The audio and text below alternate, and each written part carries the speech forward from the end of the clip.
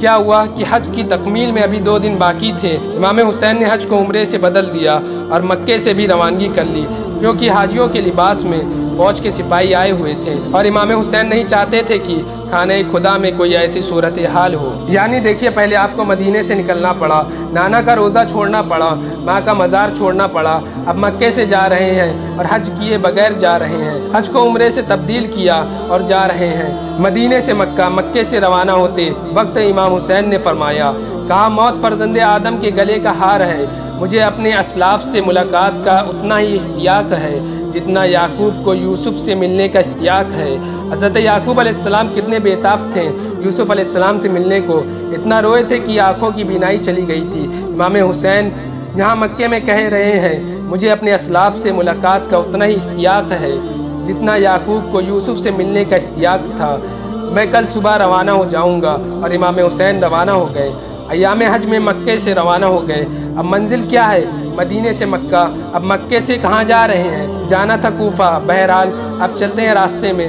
ذی الحج کا مہینہ ہے، ایک مقام آیا، نام تھا شراف، مقام کا نام تھا۔ اس مقام پہ امام حسین رکے، قافلے کو روکا اور سارے قافلے والوں کو حکم دیا، پانی بھر لو، سب سیراب ہو جاؤ۔ اور وہاں کے کنویں کا پانی اچھا تھا اس مقام کا، تو سب نے آگے کے سفر کے لیے بھی پانی بھر لیا۔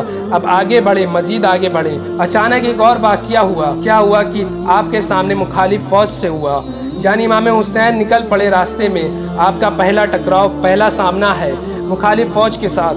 امام حسین کا یہ فوج کی تعداد کتنی تھی؟ کچھ کہتے ہیں 30,000، کم سے کم روایت کہتی ہے کہ 1,000۔ مخالف فوج کے لیڈر کا نام حر بن ریائی۔ سامنے سے فوج آ رہی ہے۔ حر اپنے آقا کے حکم پر آپ کا راستہ روکنے آیا تھا کہ امام حسین کا راستہ روکو، کوفے نہیں جانے دینا۔ یہ بڑا سپہ سالار تھا یزید کی فوج کا، یعنی بعض کے مطابق یہ یزید کی فوج کا 2nd یا 3rd کمانڈ اس کے ہاتھ میں تھا۔ اتنا بڑا سالار تھا۔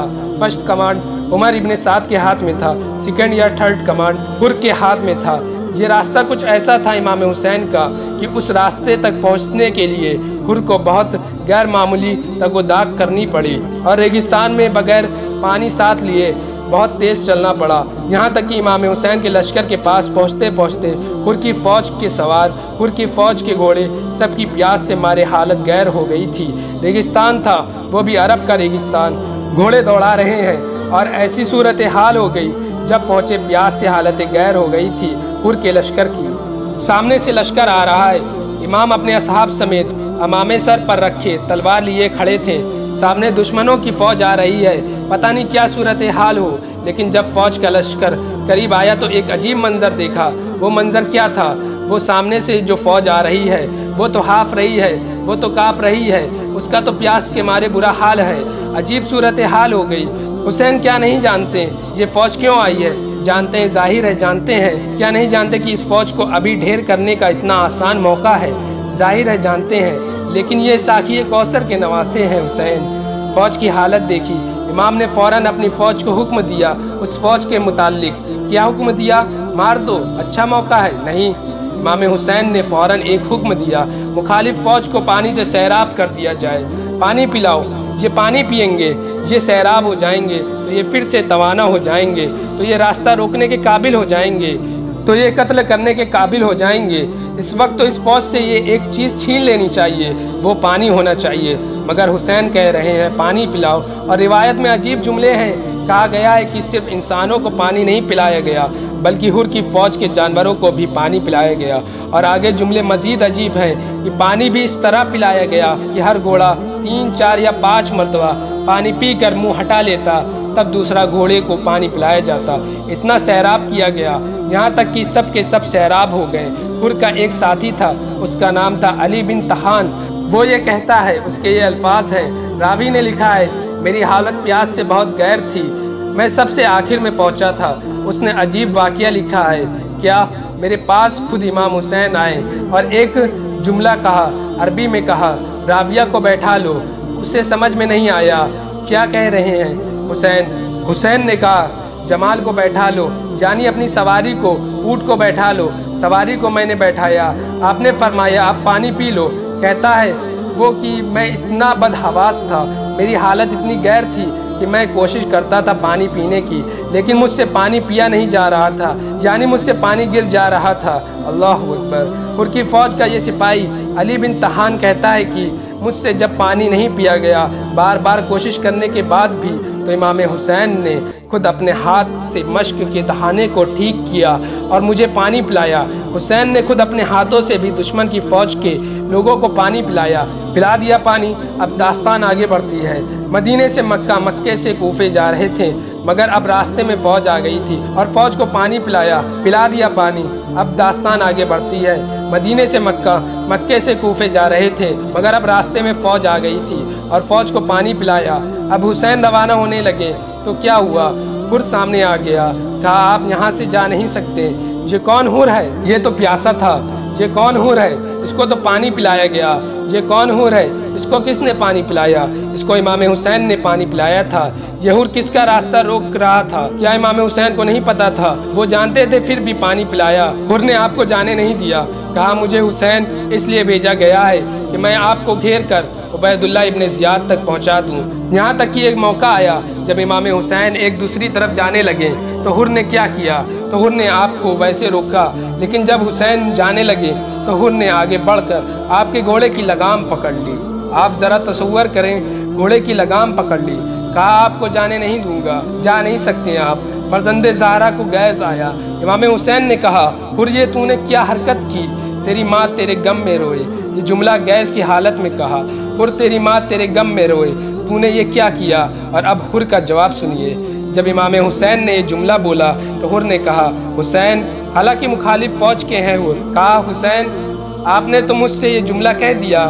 حسین آپ کے علاوہ کسی بھی اور نے یہ بات مجھ سے کہی ہوتی تو میں یہ جملہ اسی کو پلٹ دیتا، میں پھر اس کو بھی یہ جملہ کہہ دیتا، لیکن میں کیا کروں؟ آپ کی ماں کا نام فاطمہ الزہرا ہے، میں ان کا نام نہیں لے سکتا۔ اس انداز سے دل میں احترام تھا۔ قصہ مختصر کرتے ہیں۔ اب حر نے امام حسین کو گھیر کر کربلا میں لے آئے۔ اب امام حسین ذی الحج کے دنوں میں گئے تھے 60 ہجری، 2 محرم 61 ہجری امام علی مقام کا قافلہ ایک مقام پر آ کر رکا۔ ایک عجیب واقعہ ہوا۔ 2 محرم کو کیا ہوا؟ علماء بتاتے ہیں کہ کتابوں میں لکھا ہے، جب قافلہ اس مقام پر پہنچا نا، ہوا چل رہی تھی بہت تیز، مٹی کا ایک گرداب ہوا میں اڑا، مٹی محمل تک پہنچی۔ امام حسین کی بہن کا نام ہے زینب، انہوں نے تڑپ کر ایک جملہ کہا امام حسین سے، کہا بھیا جتنی جلدی ہو سکے بھیا اس جگہ سے آگے نکلو۔ امام حسین نے کہا بہن زینب کیا معاملہ ہوا؟ کہا کہ بھیا اس جگہ کی مٹی سے مجھے آپ کے خون کی خوشبو آ رہی ہے، بھائی میرا دل بہت بے چین ہو رہا ہے، یہاں کی خاک اڑ کے میرے بالوں میں آ رہی ہے، یہاں سے بس آگے چلیے۔ لیکن امام حسین نے حضرت عباس سے کہا، عباس ایک کام کرو، ذرا یہاں کے کچھ رہنے والے لوگوں کو بلاؤ، کچھ مقامی لوگوں کو بلاؤ۔ بلایا گیا، امام نے ان سے مخاطب ہوئے، کہا اس جگہ کا کیا نام ہے؟ کسی نے کہا نینوا کہتے ہیں اس جگہ کو۔ کچھ اور لوگوں سے پوچھا، کسی اور شخص سے پوچھا اس جگہ کا کیا نام ہے؟ کسی نے کہا گازریہ کہتے ہیں اس جگہ کو، اور سے پوچھا، کسی نے کہا شت الفراز کہتے ہیں اس جگہ کو۔ اچھا ایک بزرگ تھے، اس سے پوچھا اس مقام کو کیا کہتے ہیں؟ اس نے کہا کربلا بھی کہتے ہیں اس مقام کو۔ کربلا کا نام سنا تھا کہ امام نے کہا بس ہم یہیں قیام کریں گے۔ خیمے لگا دیے گئے، حسین کربلا پہنچ گئے۔ 2 محرم 61 ہجری، 28 رجب مدینے سے نکلے، 3 شعبان مکے پہنچے۔ حج کے دنوں میں مکے سے نکلے، 2 محرم کربلا پہنچے۔ آباد ہو گئی کربلا، مدینہ ویران۔ کربلا پہنچ کے پہلا کام کیا کیا؟ قبیلہ ہے وہاں کا، قبیلہ ہے بنی اسد۔ امام حسین نے قبیلہ بنی اسد سے اس زمین کو خریدا، اور امام نے ایک عجیب کام کیا۔ خریدنے کے بعد اس زمین کو بنی اسد کے لوگوں کو ہبہ کر دیا، تحفہ دے دیا۔ بس ایک مکالمہ کیا امام حسین نے بنی اسد کے لوگوں سے، یہ بڑا عجیب مکالمہ ہے۔ امام حسین نے بنی اسد کے لوگوں سے کہا دیکھو بنی اسد والو، کہا دیکھو بنی اسد والو، اس زمین پر ہماری قبریں بنیں گی۔ بنی اسد والو جب کوئی ہماری قبروں کا پتہ پوچھے، بنی اسد والو جب کوئی ہماری قبروں کا پتہ پوچھتے ہوئے آئے، نہ تو انہیں پتہ بتا دینا ہماری قبر کا، جو یہاں پر ہماری قبر کی زیارت کی غرض میں آئے تو اسے اپنا مہمان بنا لینا، اسے پانی پلانا۔ عجیب ابھی کربلا پہنچے ہیں اور یہ مکالمہ ہو رہا ہے۔ پھر امام حسین نے 3 فکرے مختلف طبقات سے کیے۔ کیا مطلب؟ بنی اسد کے مردوں سے امام حسین نے ایک بات کہی، پھر بنی اسد کی عورتوں سے امام حسین نے ایک بات کہی، پھر بنی اسد کے بچوں سے امام حسین نے ایک بات کی۔ کیا؟